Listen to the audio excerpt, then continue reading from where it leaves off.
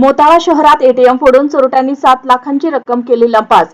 Borakhedi police station हद्दीत वाढत्या गुन्ह्यांमुळे नागरिकांमध्ये भीतीचे वातावरण।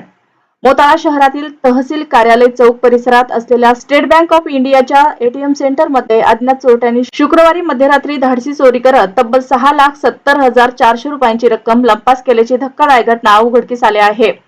शनिवारी सकाळी एटीएम उघडल्यानंतर हा प्रकार समोर आल्यानंतर शहरात एकच खळबळ उडाली।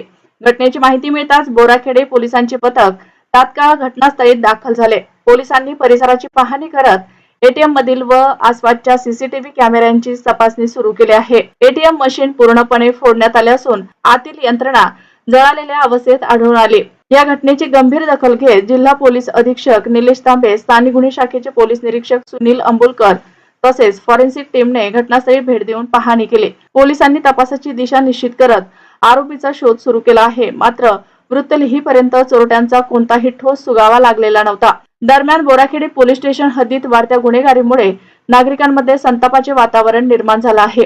काही दिवसापूर्वी बसस्थानक परिसरात एका महिलेच्या गळ्यातील सोन्याची पोत चोरीला गेली होती। तसेच शहरात घरफोडीच्या घटनांमध्ये लाखो रुपयांचा ऐवज लंपास झाल्याच्या घटना घडल्या आहेत। आता थेट SBI एटीएम फोडून लाखोची रोकड चोरी झाल्याने पोलिसांच्या कार्यक्षमतेवर प्रश्नचिन्ह उपस्थित केला जात आहे। बोराखेडी पोलीस स्टेशन हद्दीत चालले तरी काय असा सवाल नागरिकांकडून उपस्थित केला जात असून वाढत्या गुन्हेगारीवर तात्काळ आळा घालणार का असे अनेक प्रश्न उपस्थितांना दिसत आहे।